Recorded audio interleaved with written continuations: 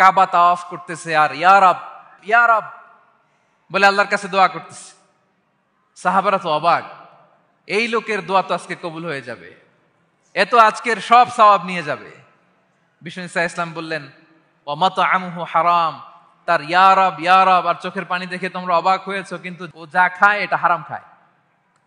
ওয়া মাশরাবুহু হারাম, যা পান করে হারাম।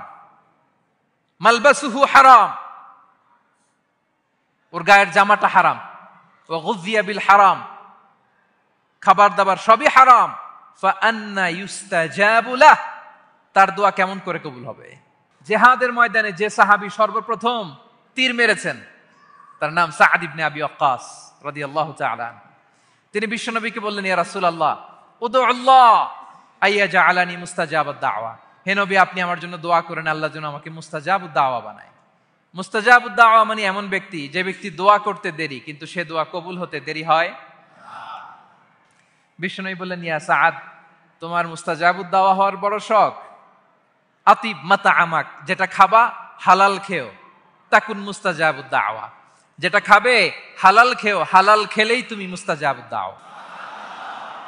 Your food should be halal, your drinks should be halal, your fashion should be halal, your entertainment should be halal, আপনার সব হালাল হইতে হবে। আল্লাহ তৌফিক দান করুক। পড়েন।